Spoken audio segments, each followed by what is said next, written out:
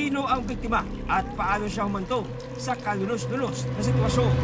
Katawan ng tao yun ah! Tumawag kayo ng polis! Isang katawan ng batang babae ang nakita nakasiksik sa ilalim ng kanal sa Sitio Tibagan sa Barangay Dolores, Taytay, Rizal.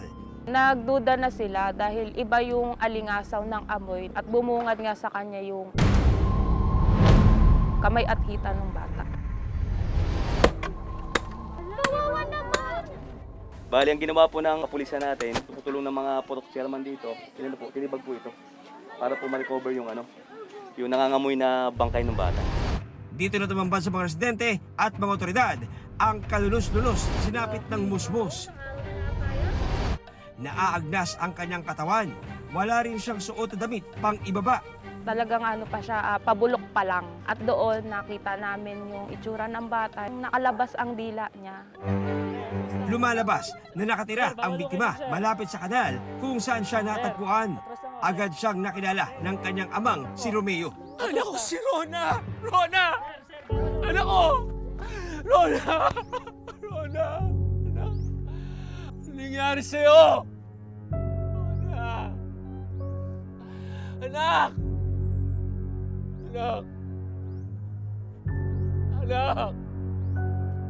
Anak ko! Anak ko! Rona! Rona! Anak ko!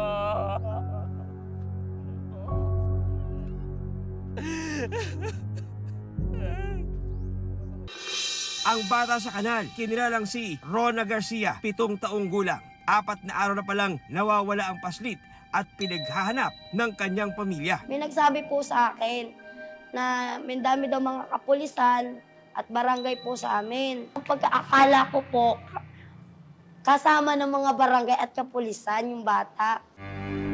Inakala pa raw ni Rose Ann na buhay at ligtas na nakauwi ng kanilang bahay ang pamangkin. Kaya naman laking gulat niya at ni Lola Edwina sa nakapanlulumong inabutan nila sa kanilang bahay. Nay! Nay! Nay! Na naglumo po ako nung nanghina ako. Doon na po ako nawala ng malay. May matay po ako nung time na yun. Oh! Nandito! Nandito! Sino may kagagawa dito? Sino? Halos pagsakluban ng langit at lupa ang lola ni Rona na si Edwina nang makita ang salapit ng apo. Gusto ko lakitan.